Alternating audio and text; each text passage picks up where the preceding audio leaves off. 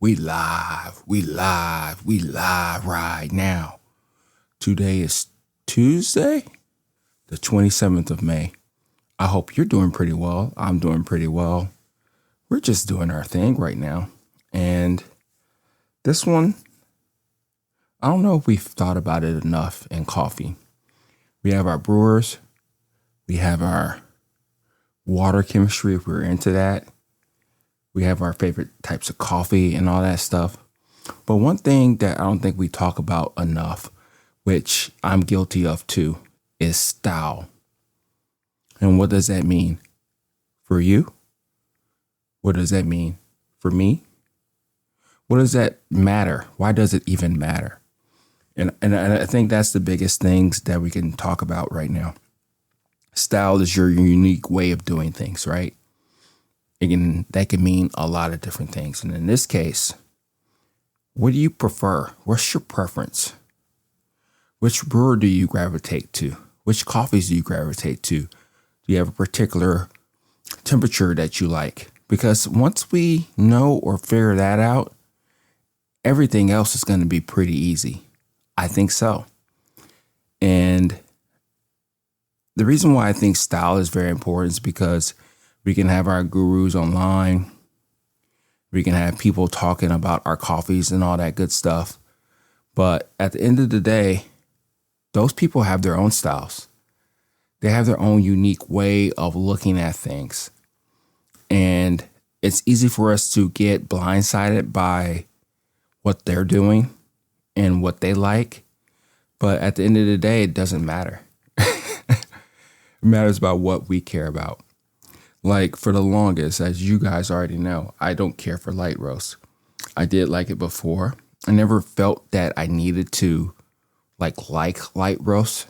It was just something that I did initially that I gravitated to because my palate was young or whatnot. But as time kept on going by, I started to not like it for whatever reason. For whatever reason it may have been. And now that I'm here just talking and just thinking about it through, it's one of those things to where you realize that you have a unique way of going about your own self and style and the way that you like to do things in the world. Yes, not every path, not everything is the same for everybody. But the thing about it is that we can develop our own style and way of going about doing things from ourselves, from our backgrounds, for the things that we care about, the things that we don't care about, things that we think are silly or doesn't really work or gel with the things that we're trying to do here. So let's go back a little bit more deeper. I'll bring up another thing that I mean by style. Again, I've talked about it before, but I'm a big barbecue guy. I like to smoke meat, as they would say. And there's so many different ways to go about making a piece of meat. And when you go about that or thinking about it in a way to where you want to be able to express yourself, you tend to start to develop your own style. For instance, I'll give you one example, then we'll get back to coffee, okay? For instance, there's pork ribs. Pork ribs, there's different stories. There's different ways of going about it. People like it hot and fast. People like it slow. People like to sauce their ribs. Some people don't. Some people like different spices and all that stuff. Some people just like to eat it naked. Me in particular, I went through this whole rabbit hole of actually making ribs for the longest. And I tried it so many different ways. And it got to the point to where I started to gravitate towards a style and a way of making ribs that was more ideal to my palate, the way I like to see things. And for me, I don't like to sauce my ribs. I like to season them up, let it cook between low and slow sometimes hot and fast, and then wrap them, get them soft and tender, and then eat them. And then afterwards, if you want to sauce them up, you can. I never got anything from the whole saucing thing. Yes, it does add decent amount of flavor, but it also adds a lot of calories. And I'm a big proponent of health for the most part. So to me, adding extra calories didn't make sense to me when it came to ribs, so to speak. So again, that's my style. That's the way I like to do things, right? And then now we're talking about coffee. I'll talk about my personal story. Hopefully you'll be able to share or want to share any of your own personal stories. But like I said, I started with light roast. And as I started with light roast, it got to the point to where it just wasn't enough. It was extremely acidic. I wasn't getting really that much coffee taste. And I never really described it as tea initially. But yeah, that's what it was. It was more like tea and not in a good way. And I always joke about it, but I usually drink tea when I'm sick. And you probably do the same thing too. But as I kept going down the rabbit hole, I started to move away from like the French press. And when I moved away from the French press, I moved to a brewer that allowed me to taste the coffee. And I think that's where my style really started to develop. I mean, it started initially with the whole French press and the light roasted coffees.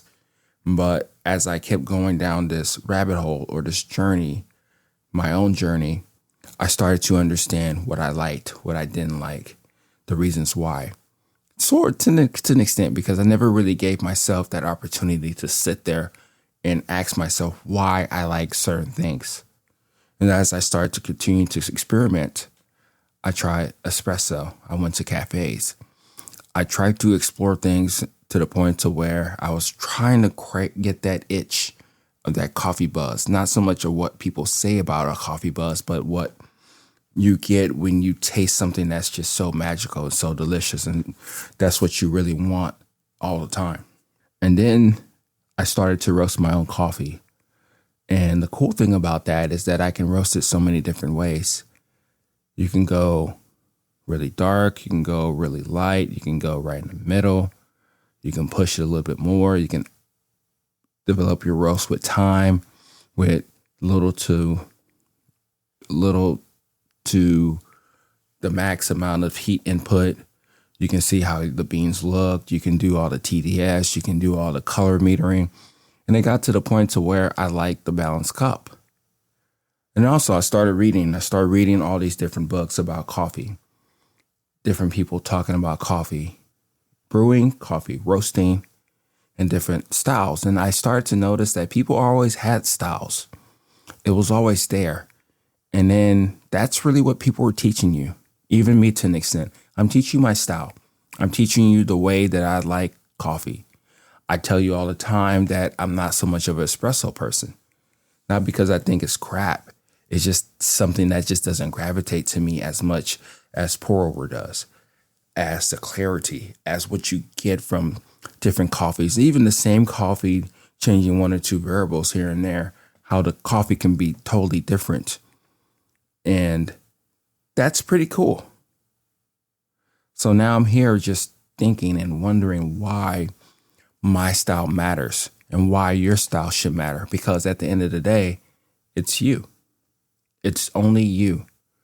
You're in that coffee lab or your coffee bar or in a place to where you're making coffee for the most part for yourself, by yourself. Let's say you are making coffee for somebody else. It doesn't matter as much. You probably try to make sure that it's a profile that will be conducive to everybody. But at the end of the day, you're making coffee the way that you know how to make it. You're trying to express yourself and to the point to where you're like, hey, this is my presentation. This is the way that I truly, really enjoy coffee. And that's all we're really trying to do here.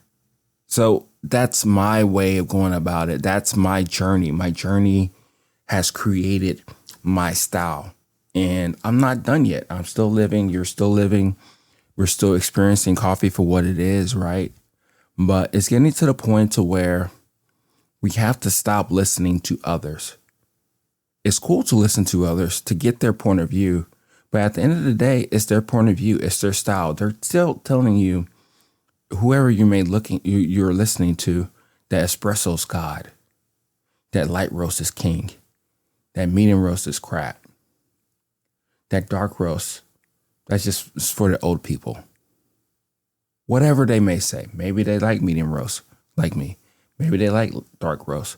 Maybe they can find the interestingness of awesomeness in those other spectrums of coffees. Don't do Italian roast. That's just way too, in French Italian roast and French roast. Don't do that. Nah, that's beyond what you should do. But besides the point, stop listening to people.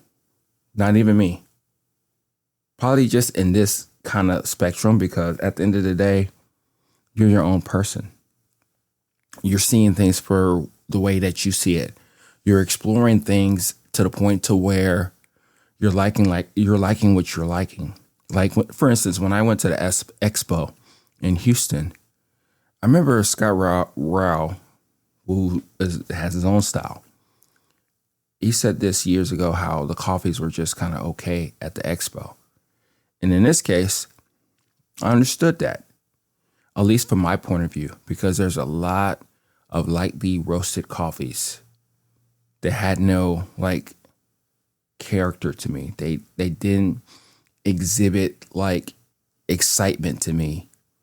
Probably a couple of them did, like the Cup of Excellence coffees that were roasted a little bit darker, more like a medium light profile.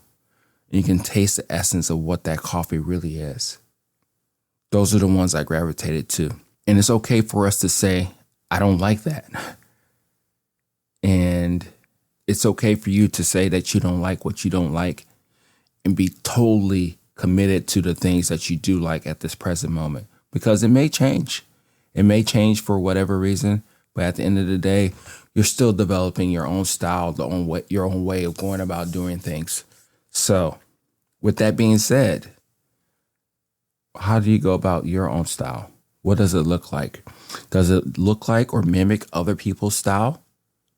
Do you think that you're hiding behind those styles in order for you to interpret coffee the way that you want to? If you are, I think it's best that you go ahead and get out that rut, because at the end of the day, I don't think that's where you really want to be. You want to be on your own path. It's okay to take all this information in, but at the end of the day, try it out, experiment, see what you like about it, see what you don't like about it, jot it down, or don't. Do a video of yourself to yourself, letting yourself know that, hey, this is what you like and this is the reason why you like it. Go to coffee shops, experience it with people, explore it even more so, seeing if you're out of touch with the way that you're thinking. But it doesn't even matter if you're out of touch, because really, what does that mean? Out of touch a lot of times means that you are caring about what other people are saying about the way that you go about doing things. You're giving yourself that freedom to just be who you are, develop your own style. So I think that's what we should do more often. And I think that's what I'm going to do too. I'm just going to put out there saying, hey, I am Oki.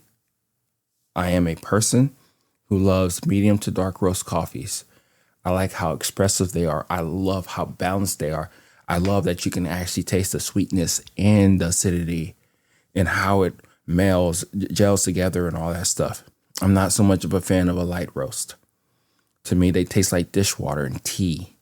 I'm not a fan, but I am trying different things out in order to see if I can get there to understand it even more so for myself. I am not so much of an espresso person, but I understand it. I understand that to the point to where I can see the awesomeness of it for myself. Something like that. See if you can do something like that. And if you're a pour over person like me, be a pour over person. If you have a particular brewer that you like, shout it to the world. If you like fast filters, let's talk about it. At the end of the day, it doesn't matter. Again, it's your journey. You're developing your own style. You're developing the things that you like whenever you want to do it, right? So that's all I'm saying right now. See what you think about it. Because your style is there and you're still developing it. And that's all you can do. So This is Okie at Everyday Being signing off. I'll talk to you later. Bye.